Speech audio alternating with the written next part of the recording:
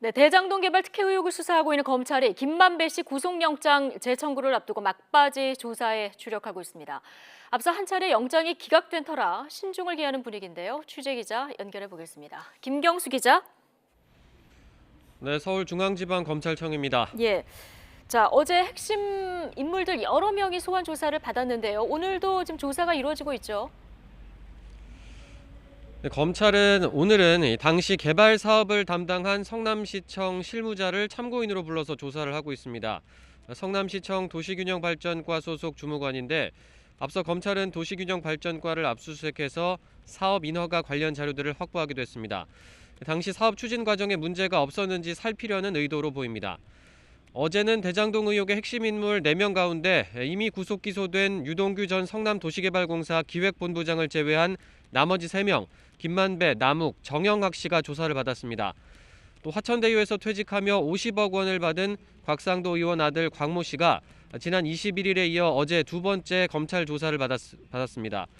그리고 남욱 변호사 대학 후배이자 성남도시개발공사 투자사업팀장으로 당시 민간사업자 심사위원을 맡았던 정모 변호사도 조사를 받았는데요.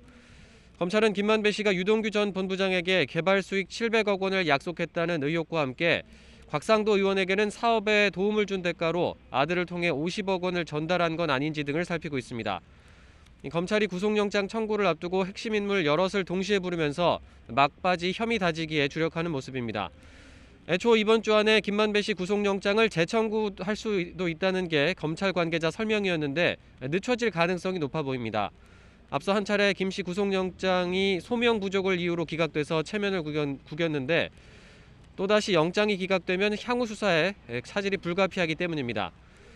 또 곽상도 의원에 대한 직접 조사 역시 아직 이루어지지 않았고 최근 불거진 유한기 전 성남도시개발공사 개발본부장의 뇌물수수 의혹도 변수입니다.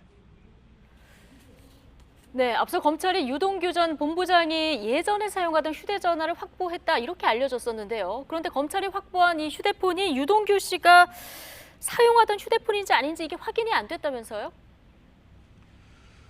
네, 검찰은 지난달 29일 유 전 본부장 주거지 압수수색 때 유 전 본부장이 창밖으로 던졌던 휴대전화 말고 이전부터 쓰던 휴대전화를 찾고 있었는데요. 당시 유 전 본부장이 던진 휴대전화는 새로 바꾼 지 얼마 안 된 것으로 경찰이 확보를 해서 분석하고 있습니다. 검찰은 지난 14일에 유 전 본부장 과거 휴대전화가 있는 것으로 추정되는 유 전 본부장 지인의 집을 압수수색했습니다. 당시 휴대전화 한 대가 아니라 여러 대를 확보한 것으로 뒤늦게 확인이 됐는데요. 다만 이 휴대전화들 가운데 유 전 본부장이 쓰던 것이 있는지는 확인되지 않았다는 겁니다. 검찰 관계자는 누가 사용했던 건지 또 언제 사용했던 건지 등을 아직 확인 중이라고 설명했습니다. 당시 압수수색 과정에서 경찰의 수사 정보를 가로챘다는 논란까지 일었었는데 만약 휴대전화 확보에 실패할 경우에는 비판을 피하기 어려워 보입니다. 지금까지 서울중앙지검에서 전해드렸습니다.